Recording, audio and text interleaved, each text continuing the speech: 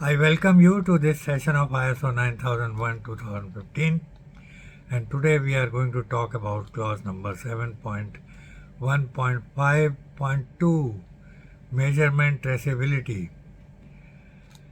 So as usual, first of all, I'll read out the requirement to you as given in the standard. Clause number 7.1.5.2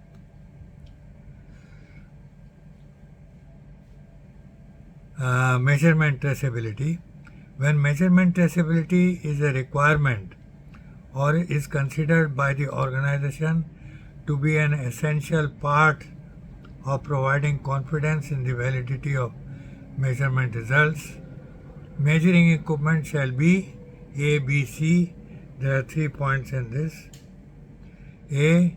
Calibrated or verified or both at specified intervals or prior to use against measurement standards traceable to international or national measurement standards. When no such standards exist, the basis used for calibration or verification shall be retained as documented information. B.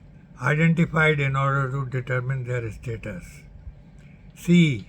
Safeguarded from adjustments, damage, or deterioration that would invalidate the calibration status and subsequent measurement results. Last para, the organization shall determine if the validity of the previous measurement results has been adversely affected when the measuring equipment is found to be unfit for its intended purpose and shall take appropriate action as necessary. So this is all in this clause. It's a medium kind of clause. And now let us discuss it in more detail. So as the topic says, we are talking about the measurement traceability. Measurement traceability is something which is very essential when we are manufacturing some power equipment or some important kind of equipment. And then we want to link it with the material that we received. The material that was used for making various parts, they are identified and linked to the product stage by stage. As the production progresses, the link is transferred from one stage to the other, so that in the final component we know which material was used, which particular supply of a particular supplier was used. So that means we can analyze the results of the material analysis if something goes wrong. If the component fails, we can always analyze what kind of material was used and if necessary subsequently change the material. So that is the purpose of measurement traceability. That means we should be able to trace back what was the material used for a particular component. That is the whole purpose. Now let us look at what the standard says.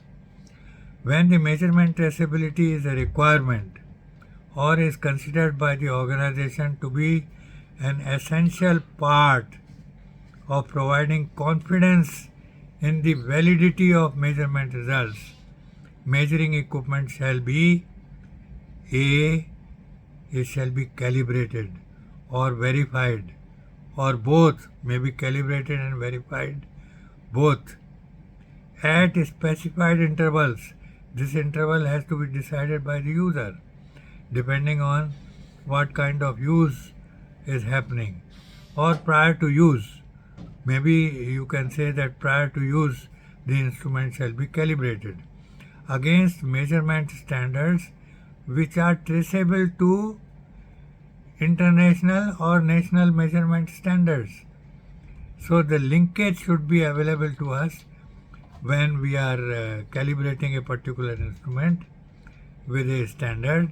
We should know what standard it is, whether it's a national standard or it's an international standard, and what particular standard is that. And when no such standard exists, the basis used for calibration or verification shall be retained as documented information. So this is another requirement. When no such standard exists, that means we are not able to establish against which particular calibration was done against a particular standard. We are not able to identify that. Then the basis used for calibration or verification shall be retained as documented information. That means record shall be maintained for whatever standard we are using for calibration or verification. So for both the purposes we shall be retaining the documented information. That means the record of the standard against which we have verified or we have calibrated. Now B, identified in order to determine their status. So the components and also the measuring equipment both have to be identified. So identification is details have got to be recorded. So records should be available so that we are able to determine their status. And C, safeguard from adjustments, damage or deterioration that would invalidate the calibration status and subsequent measurement results.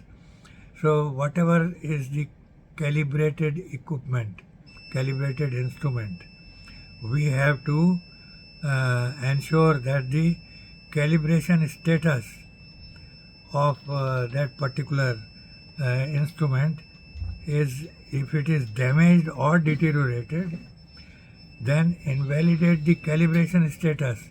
That means if we had calibrated something with that particular instrument which we think has been damaged or we find it is deteriorated, then the subsequent measurement results shall be, we will have to recalibrate and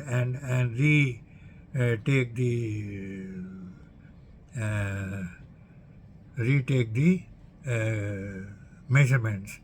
So measurement results have to be retaken in such cases.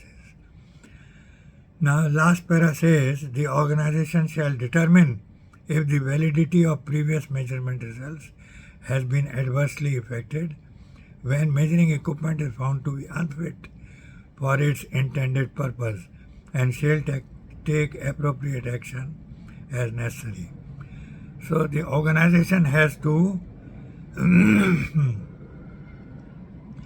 the organization shall determine if the validity of previous measurement results have been adversely affected. So we have to check whether the results have been affected because the measuring equipment is found to be unfit for its intended purpose. Then we have to check the results which we had obtained earlier, and we have to take appropriate action as necessary. That means recalibrate it, carry out measurement again, and maintain the records according to the new readings.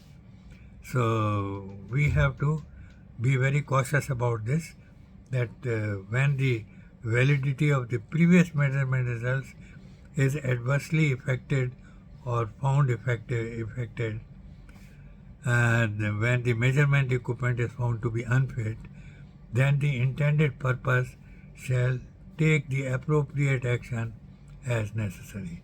So accordingly we have to take action and recalibrate the instrument and carry out the remeasurement and modify our results and maintain the records accordingly, so that the records which are maintained by us, they are correct and true and they are reliable.